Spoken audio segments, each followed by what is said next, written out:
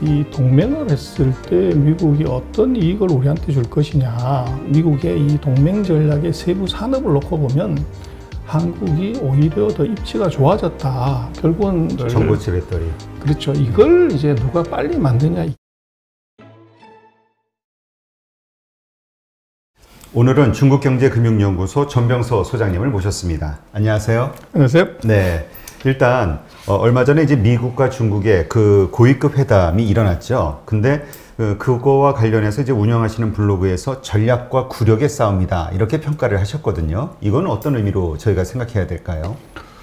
그래서 뭐 싸움에서 누가 이겼냐를 판단을 하려고 그러면 뭔가 기준이 있어야 될 것 같은데, 네. 결국은 뭐 전쟁에서 중요한 것은 이제 방향성을 누가 잘 잡냐. 이제 이건데 거기서 보면은 이제 미국의 전략이 굉장히 돋보이고요. 또 거기에 이제 대응하는 순발력이 현장에서는 이제 중국의 이 노련함이 보여지는데, 그래서 이렇게 볼 수 있죠. 그 요즘 뭐 비행기도 안 가는 알래스카의 앵커리지에 네. 거기에서 회담하자고 하는 것 자체가 이게 어떻게 보면 이제 그리고 거기에 따라갈 수밖에 없는 중국. 그 장소 선택이 아주 절묘한 거죠. 그리고 또 뭐 우리가 생각을 해보면 일본 왔다 한국 왔다가 뭐 서울에서 베이징까지 1시간 40분이면 가는데 거기서 회의하고 가면 되지. 그러네요, 진짜. 왜 이제 그쪽까지 오라 그러냐. 그리고 이제 앵커리지 같은 경우를 보면 거기가 뭐 영하 무슨 20도, 30도 뭐 그렇게 추운 데잖아요. 근데 그것이 뭐 예전에 트럼프 대통령의 따뜻한 남쪽 나라 뭐 싱가포르 거기 내버려 두고 거기서 해야 될 이유가 없죠. 그래서 그렇게 놓고 보면 이게 미국의 전략이 있었다. 이제 그렇게 볼 수 있고, 또 그게 뭐 나중에 잠깐 다시 얘기 드리겠습니다만은 중국에 대응하는 걸 보면 이거 장난 아니었다. 그 장난의 배경 아닌 배경은 바로 이제 그 외교를 하는 사람들의 구력에 아마 거기에 이제 배경이 있었던 거 아닌가 싶습니다. 그래서 보면은 지금 미국 같은 경우는 외교관들 두 사람, 뭐 외교관이라고 할 수는 없지만 그 제이크 설리반 같은 경우는 이 사람들은 어쩌다 공무원이죠. 네. 그래서 이제 국무장관 같은 경우도 경력이 한 18년 정도 되지만 이제 중간에 뭐 자기가 모시던 분이 탈락을 했으니까 그 쉬었다가 다시 이제 들어온 거고, 제이크 설리반 같은 경우는 경력이 한 11년밖에 안 돼요. 근데 반대로 중국 같은 경우를 보면 그 양제츠 그 외교 담당 국무위원 같은 경우는 71세인데 외교 경력만 46년, 그리고 왕이 외교부장도 38년.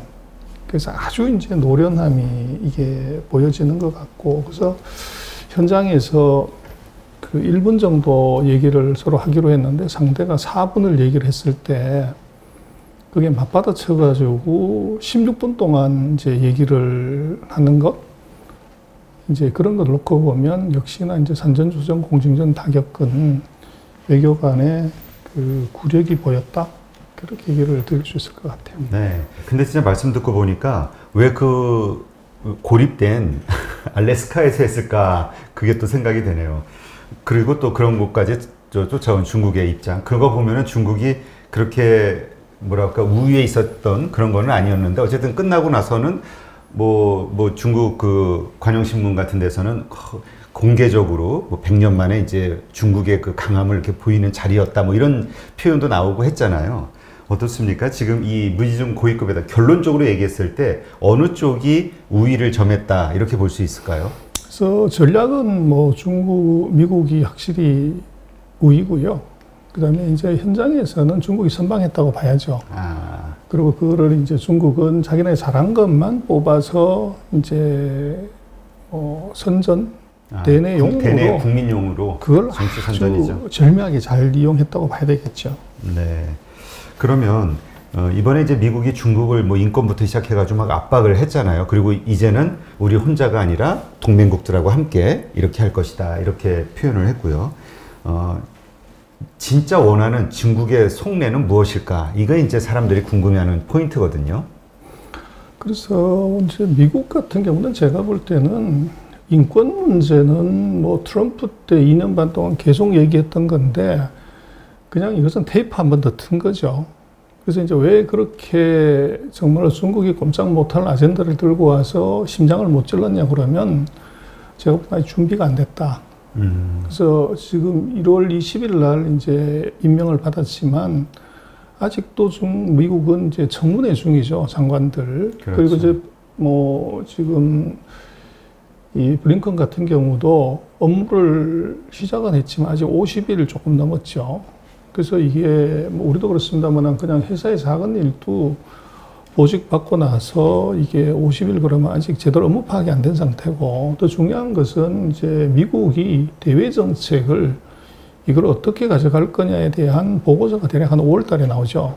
그래서 아마 그 회담하기 바로 전에 보면 백악관에서 이제 국가안보 전략을 어떻게 하겠다고 하는 중간 가이드라인이 나온 정도예요. 그러다 보니까 이제 이 외교를 하시는 분들 입장에서는 명확한 어떤 얘기를 할 수 없었기 때문에 이제 아주 두리뭉실한 얘기, 그리고 아주 어떻게 보면 인권 문제는 뭐 누가 봐도 저것은 이제 책임 뭐 추궁을 할 수 있는 거니까 막 그렇게 들어간 거, 제가 볼 때는 아직 준비가 안 됐다, 그렇게 볼 수 있을 것 같아요. 네, 이제 하나의 그 어떤 전초전 이렇게 봐야 될 것 같은데, 그러면 근데 미국이 얘기하는 것처럼 지금 동맹국들은 다 미국의 편으로 이렇게 돌아서서 이제 중국을 압박할 준비가 되어 있을까?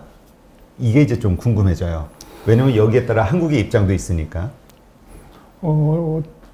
미국이 성공을 해야 되는데, 제가 볼 땐 최근 3년 동안에 트럼프 대통령이 워낙 사고를 많이 쳐서 유럽들하고도 뭐 동맹이 사실은 아니죠. 매일 싸웠으니까. 그리고 이제 아시아에 대해서도 이게 요구를 여러 가지를 했었어요.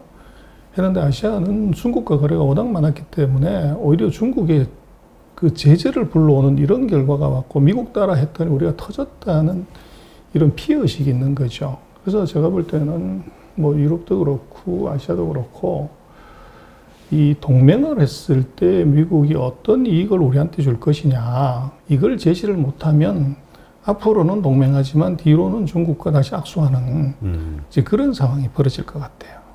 진짜 많은 그 중국 전문가들이 그런 얘기 하시더라고요. 그 중국에서는 확실하게 줄 게 있는데, 뭐 경제적인 이득을 줄 게 있는데 미국이 줄 것은 뭐였냐, 이게 좀 분명하지 않다. 아직까지는 그게 이제 소장님 보시기에도 없다, 이렇게 보시는 건가요? 그래서 이제 그거를 연구를 하겠죠. 근데 문제는 이미 아세안 국가들, 아시아 국가들은 다가 제조업인데, 미국은 제조업이 뭐 30년, 40년 전에 이미 집을 나가버렸기 때문에 그 제공할 수 있는 메리트이 굉장히 뭐 고르기가 어렵죠. 근데 그 이번에 그 인권 탄압과 관련해서 이제 위구르족 그 이야기가 나왔을 때 유럽에서도 그 좀 지지를 해줬잖아요. 이것을 봤을 때 좀 뭔가 유럽하고는 어느 정도 그 교감이 끝난 거 아니냐, 이런 얘기도 있거든요. 저는 이것은 이제 언론에서 그렇게 쓴 거고, 유럽은 그냥 젓가락 하나 얹은 거죠. 그래서 미국의 입장에. 그렇죠. 그리고 인권 뭐 얘기를 하지만 신장 위구르 얘기를 하는데, 신장 위구르의 인권을 그러면 유럽이 지지한다고 해서 그 문제를 해결할 수 있는가? 그리고 미국이 신장 인권을 그걸 해결할 수 있는 방안은 전혀 없죠. 그래서 외교적인 수사로 이제 그렇게 얘기를 하는 것이고, 제재를 한다는 것이 이제 미국이 법적으로 보면 신장이 강제 노동을 통해서 이게 생산하는 물품에 대해서 제재를 할 수 있는데, 뭐 별로 익숙하지는 않으시겠지만 신장 지역이 그 타카라마칸 사막이에요. 네. 그래서 거기서 생산될 수 있는 품목이라는 게 뭐 날이 따뜻하니까 목화, 면화 뭐 이런 정도고, 중국도 그 면화의 그 산지가 신장이긴 하지만 미국으로 파는 게 전체 수출의 35%밖에 안 돼요. 그럼 이제 그 35% 정도를, 전체 수출의 35%를 브로킹할 수 있다는 얘기고, 그 다음번에 이제 있는 게 뭐냐 하면 그 폴리실리콘이에요. 태양광에 들어가는. 네. 그게 이제 사막에 규소가 그 많으니까. 모래에. 그렇죠. 그래서 폴리실리콘을 거기서 만드는데, 그거는 제재할 수가 있죠. 그래서 아마 최근에 중국의 그 폴리실리콘 관련되는 태양광 소재 관련되는 회사들이 뭐 실적도 괜찮고 단가도 올라간다는데 주가가 폭락을 하죠. 뭐 그런 정도인데, 근데 그것이 뭐 폴리실리콘이 중국 경제에 영향을 줄 수 있냐? 그건 뭐 전혀 아니죠. 그래서 제가 볼 때는 이번에 유럽의 참여는 이 미국에 동참하는 척 하고서 뭔가 젓가락 하나 얹으면서 이제 이 얻어먹을 것이 있냐 없냐, 요거를 이제 어떻게 보면 탐색해보는 정도? 네. 뭐 그런 정도로 봐야 될 것 같아요. 네, 하긴 뭐 이 강대국 논리라는 게 결국은 자기한테 어떤 이득이 있어야 되는 거잖아요. 그렇죠. 우리가 사실 중동 문제에 많은 나라들이 개입되는 것도 거기서 우리가 석유라는 얻을 수 있는 확실한 뭐가 있기 때문에 뭔가 거기에 많은 신경을 쓰는 것처럼. 근데 이제 여기에서는 그런 것들이 좀 부족해 보인다, 이렇게 이해를 하면 되겠네요. 지금 어쨌건 이제 미국은 중국하고의 이제 이번에 전초전이 벌어졌던 분위기를 봤을 때 점점 더 이제 강하게 세져 나갈 것 같고, 그랬을 때 이제 한국도 상당히 입지가 이제 뭔가를 선택해야 되는 거 아니냐, 이런 이야기가 계속 근데 사실 이 얘기는 몇 년 전부터 계속 있었죠. 근데 또 우리는 계속 욕은 먹으면서 그래도 어쨌든 그 줄다리기를 잘 한 거 아닌가요? 그래서 이제 우리는 그렇게 많이 얘기를 하는 것 같아요. 뭐 미국의 이류 동맹으로 전락하는 거 아니냐, 뭐 이렇게 이제 언론에서 많이 얘기하고 있는데, 저는 약간 다르게 이제 보는 것이, 그 미국의 지금 쿼드 동맹에서 우리가 지금 빠져 있는데, 이것 때문에 이제 얘기를 자꾸 하지만, 그 말씀하신 것처럼 저는 반에서 12등 하는 선수가 반에서 1등 하는 애한테 붙을래, 2등 하는 애한테 붙을래 그럴 때 1등한테 붙었다고 2등한테 안 터지고 2등한테 붙었다 해서 1등한테 안 터지냐? 그건 아닌 것 같아요. 근데 지금 이제 이 동맹에 관한 문제는 제가 볼 때는 조금 근본을 봐야 되는 것이, 왜 미국이 한국을 동맹에 집어넣는 거를, 그걸 뭐 들어오라 그러면 들어와야 되는 거지, 그걸 왜 이제 뺐냐고 하는 거를 보면 그것은 미국의 전략이에요. 그래서 무슨 얘기냐면, 오바마 정부 때 피벗 투 아시아라는 이제 전략을 가지면서 중국을 이제 일본, 싱가포르 열도, 이 타이완, 그리고 이제 필리핀, 말레이시아를 연결하는 그 섬을 다 연결하는 제1도련선이라고, 그게 있고 괌하고 사이판을 연결한 제2도련선이 있는데, 미국의 전략은 중국이 그 선 밖으로 못 나오게끔 하는 것이 전략이었어요. 네. 그러다 보니까 그 맨 오른쪽 끝단에 있는 것이 한국이기 때문에, 한국이 그물의 끝을 쥐고 있기 때문에 굉장히 중요한 포지셔닝이었죠. 근데 이제 중국이 그 남사군도를 이제 군사기지를 만들고 인도 패시픽으로, 그 인도양으로 쫓아나가서 이제 아프리카까지로 진출을 해버린 거죠. 그렇게 되니까 이걸 막으려고 하면 미국은 그물을 그 제1도련선이 아니라 태평양하고 인도양까지 가는 큰 그물을 쳐야 되는데, 그 그물이 바로 일본부터 시작해서 호주하고 이제 인도, 이 그물의 이 사이즈가 달라진 거예요. 그러다 보니까 그 그물의 크기가 이게 터지면 한국은 그 그물의 안쪽에 들어와 있는 것이지 그물의 끝을 잡고 있는 게 아니에요. 그래서 이제 그 미국 입장에서는 쿼드에 한국의 이름이 들어가지 않는 건데, 그걸 갖고서 이제 뭐 이게 2류 동맹, 3류 동맹, 그건 제가 볼 때 넌센스고, 이 미국의 전략 변화, 중국의 이 전선의 변화, 거기에 따라서 우리가 이제 영향을 받은 거다, 뭐 그렇게 봐야 될 것 같아요. 네. 근데 어쨌건 이제 그런 쿼드가 다시 이번에 그 강화가 되는 분위기가 느껴지면서, 하여튼 여러 가지 징조들을 봤을 때 이제 미중 문제가 뭐 과거보다 더 뭐 힘들면 힘들지 쉬워질 것 같지는 않거든요. 그러다 보니까 지금 한편에 나왔던 게, 그 중국이 무기로 자주 사용하는 게 히토류잖아요. 히토류에 대한 언급이 나왔거든요. 이게 또 어려워지면 우리 반도체 뭐 여러 가지 어려워지잖아요. 전기차 배터리에도 많이 사용되고 하는데. 그래서 이제 미국이 아까 말씀하신 동맹으로 뭐를 이제 이득을 보게 할래 할 때, 같이 동맹하자고 그랬을 때 그 구체적인 게 보이지 않아요. 근데 얼마 전에 이제 바이든 대통령이 동맹을 4개를 하자는 얘기를 해요. 하나가 반도체, 두 번째가 배터리, 세 번째가 히토류, 네 번째가 이제 바이오 의학이에요. 근데 이제 문제는 말씀하신 이제 히토류 같은 경우는 전체 생산의 58%를 중국이 하고 수출의 90%를 중국이 해요. 그래서 이것은 이제 미국 동맹에 들어갔을 때 중국으로부터 오히려 페널티를 받을 수 있는 리스크가 있죠. 그래서 그 문제가 있어서 이것은 약간 다른 측면에서 봐야 되고, 그러나 이제 미국이 하려고 하는 그 4가지 동맹 중에서 중요한 앞선 2가지, 반도체하고 배터리 동맹에서는 한국을 빼면 이거는 동맹이 될 수가 없어요. 우리가 반도체에서 뭐 세계 3분의 1을 생산하고 있고 배터리도 그 지금 현재 수준으로 보면 중국 다음이지만 얼마 전까지만 해도 우리가 세계 최대 생산 캐파를 갖고 있기 때문에 이 두 개의 동맹, 미국이 얘기하는 4개 동맹 중에서 2개는 한국이 그 주축이에요. 그래서 제가 볼 때는 지금 이제 쿼드라고 하는 예를 들면 지역 안보의 동맹에서 우리가 빠져 있다고 뭐 이제 여러 가지 얘기를 많이 하지만 오히려 그것이 행운이 될 수도 있어요. 중국이 한국에 대해서 그런 이제 지정학적인 사드처럼 이것을 이제 할 명분이 없어지는 게 하나 있고 또 두 번째는 이제 미국이 구체적인 산업에 들어간 동맹을 했을 때는 미국으로부터 굉장히 중요한 밸류를 인정받을 수 있는 계기가 돼요. 그래서 너무 제가 볼 때는 그 비관적으로 그렇게 보는 것은 맞지 않다. 아까 말씀드렸던 지정학적인 전략의 변화 그리고 미국의 이 동맹 전략의 세부 산업을 놓고 보면 한국이 오히려 더 입지가 좋아졌다. 그렇게도 볼 수 있어요. 네, 그렇군요. 지금 그 배터리 관련해서 말씀하셨으니까 지금 그 중국이 어쨌든 현재 시점에서는 뭐 세계 최대 그 배터리 생산 판매국이잖아요. 지금 요새 배터리와 관련해서 뭐 이슈가 많이 있지 않습니까? 그 제조업 그 자동차 회사들의 내재화 문제 이런 것들. 근데 그거는요.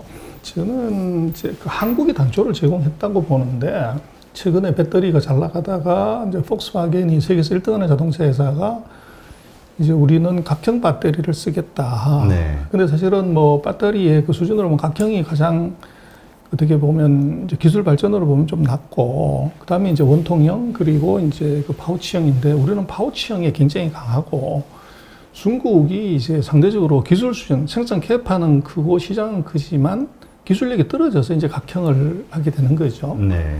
그래서 그거는 이미 상용화된 기술이니까 원가가 떨어지는 건데 누구나가 다가 이제 어떤 형태도 다 집어넣을 수 있는 파우치형이 좋다는 건 아는데 거기에 이제 한국 기업들이 사고를 친 게 있죠. 그래서 원래는 이제 SK S5 배터리 회사한테서 이게 배터리를 폭스바겐이 받으려고 했던 거를 이게 한국의 엘모 회사와 S5 회사가 이제 서로 싸워서 그냥 브랜드 얘기하셔도 돼요. 이게 이제 미국에서 제재를 받게 되니까 폭스바겐이 이제 이 배터리를 제공을 못 받는 불상사가 생겨버린 거죠. 아, 지금 그 LG하고 SK이노베이션하고 LG화학하고 이제 그 소송이 있었잖아요. 그렇죠. 그것 때문에 폭스바겐이 물량을 인수받는 게 납품받는 게 어려워졌던 건가요? 그렇죠. 그래서 화가 난 거죠, 실제로는. 아, 그래서, 그렇게 된 건가요? 그래서 첨단 배터리를 하는 게 맞지. 그리고 이제 또 하나는 폭스바겐이 중국에서 최대 마켓시어를 갖고 있어요. 합작회사가 있기 때문에. 네. 그래서 앞으로 중국이 세계 최대의 전기차 시장이 될 거니까 중국한테 조금 알랑방귀를 껴야 되는, 잘 보여야 될 필요성이 있죠. 그런 차에 이제 한국에서 이런 사고가 터졌으니까 어차피 SK로부터는 예를 들면 이제 배터리를 지금 같은 상황에서는 받기가 어려우니까 그럼 물량 공급을 못 받으면 어떡하냐. 그러면 대량으로 이게 생산을 해줄 수 있는 게 중국이고 또 앞으로 팔아도 거기서 이제 팔아야 되니까 그거를 이제 CATL한테서 그 협력해가지고 받겠다고 이렇게 얘기를 해버린 거죠. 그래서 어떻게 보면 이번 그 각형 배터리 사건은 제가 볼 때는 한국이 단초를 제공한 거다. 물론 뒤에 또 다른 복잡한 스토리지만 그렇게 이제 볼 수가 있고 지금 그 배터리 문제는 뭐 그런 것 같아요. 껍데기를 각형으로 만들고 원형으로 만들고 뭐 파우치로 만들고 이게 진짜 본질이냐? 그건 아닌 것 같고 결국은 이제 고체 배터리를 전고체 배터리. 그렇죠. 이걸 이제 누가 빨리 만드냐 이게 싸움일 것 같아요. 그 사이에 과도기에서는 지금 아까 말씀하신 뭐 이게 미국 회사 다 전기차 회사들 배터리 다 만든다고 그러고 테슬라 만든다고 그러는데 그 배터리는 화학 산업이에요. 케미칼. 수없이 많은 트라이 앤 에러를 해야 되는데 이게 수율이나 이게 공장 지었다고 그냥 조립할 수 있는 게 아니죠. 적어도 2년에서 3년, 뭐 길게는 4년 정도 가야 궤도, 예를 들면 우리 한국의 SK 같은 경우도 그 궤도에 올라가는데 이게 한국에 3위 정도 하는 회사도 그 정도 시간이 걸리는데 뭐 자동차 회사가 내재화한다? 뭐 좋지만 그게 수율이나 생산 캐파나 그리고 그 자기네가 예를 들어서 그 GM이 자기네가 만드는 배터리를 포드한테 팔 수가 있겠습니까? 그렇죠. 그래서 그것이 이제 그 하도 답답하니까 이제 내재화한다는 얘기는 하고는 있지만 현실적으로 그것이 실현화되고 아마 이게 시장에 위협을 주려면 최하 3년에서 4년 뒤 얘기죠. 근데 뭐 시장은 뭐 법보다 주먹이 가깝다고 이제 거기에 폭스바겐 사태에 터졌지만 아마 제가 볼 때 조금 이번 과하다 그거는 기술 본질을 봐야지 그렇게 보면 조금 그런 측면이 있지 않나 싶습니다. 그러면 지금 그 말씀하신 중국은 이제 CATL 같은 경우는 그냥 각 배터리고요. 우리는 이제 파우치인데 이거의 어떤 기술력 혹은 그 경제성 이런 것들은 우리가 더 우위에 있는 걸로 봐야 될까요? 기술력은 뭐냐 각형은 그게 이제 대량으로 싸게 만들 수 있고 자동차라는 게 뭐 그냥 밑에다가 사각형으로 집어넣어 버리면 되잖아요. 그래서 이게 그 생산성 코스트가 싸다는 거고 이제 파우치로 들어가면 뭐 사각형에도 넣을 수 있고 동그란 데도 넣을 수 있고 이제 그 용도가 굉장히 자유롭죠. 그래서 훨씬 더 그것이 뭐 용도나 용처나 기술력으로 보더라도 파우치가 유리하죠. 유리한데 지금은 이제 원가 측면에서도 예를 들면 폭스바겐 같은 경우는 테슬라보다 싼 차를 만들려고 하면 지금 뭐 예를 들어 고객 입장에서는 그 배터리를 뭘 넣냐 그거는 I don't care. 그리고 그게 뭐 그 모양이 원통형이냐 각형이냐 파우치형이냐 내가 그걸 알 필요가 없는 거죠. 이게 6천만 원짜리냐 5천만 원짜리냐 하는 게 이제 중요하다 보니까 아마 폭스바겐이 이제 코스트 측면 그리고 이제 정치적인 이유 그리고 이제 어떻게 보면 서플라이 체인상에서 한국 기업들이 공부를 못하는 그 불상사가 바로 자기네들이 전기차를 만드는데 이게 애로가 생겼기 때문에 그 이유 때문에 이제 선택을 한 거다 그렇게 보여져요. 그럼 그건 하나의 블러핑인가 그렇죠. 허세로 봐야 될까요? 아니면 실제로 그런 의지를 가지고 있다고 봐야 될까요? 아닙니다. 그거 실제로 하는 거죠. 한국이 공급할 수 없으니까 미국에서 그 폭스바겐이 공급받을 수 없으니까 이제 가능한 대로 자기네끼리 이제 유럽에 있는 회사하고 중국 회사하고를 이제 협력을 해서 하겠다는 거죠. 그건 액션입니다. 어쨌든 그러나 그것이 현실화되기까지는 상당히 많은 난관이 그렇죠. 있을 것이다 이렇게 봐야 되겠네요. 네. 하긴 뭐 지금 우리 그 일부에서 얘기하는 것처럼 전기차 이미 기존의 내연기관 그 조직을 갖고 있는 곳에서 전기차를 개발하고 생산하는 것만도 엄청난 돈이 들어가는데 거기다 추가로 배터리 사업까지 할 만한 돈을 조달할 수 있을 것이냐 그리고 또 리스크를 감당할 수 있겠냐 이런 우려는 있죠. 그렇죠. 예, 알겠습니다.